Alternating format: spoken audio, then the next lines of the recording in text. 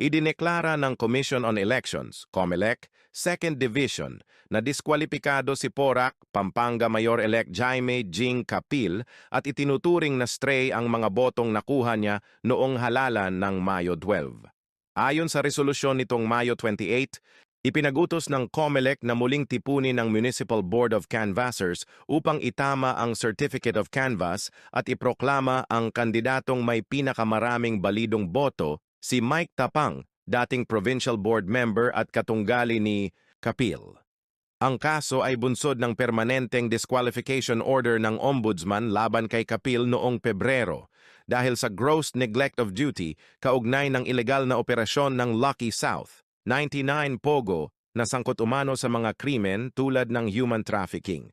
Nakatakda ring magsagawa ng investigasyon ang COMELEC Law Department.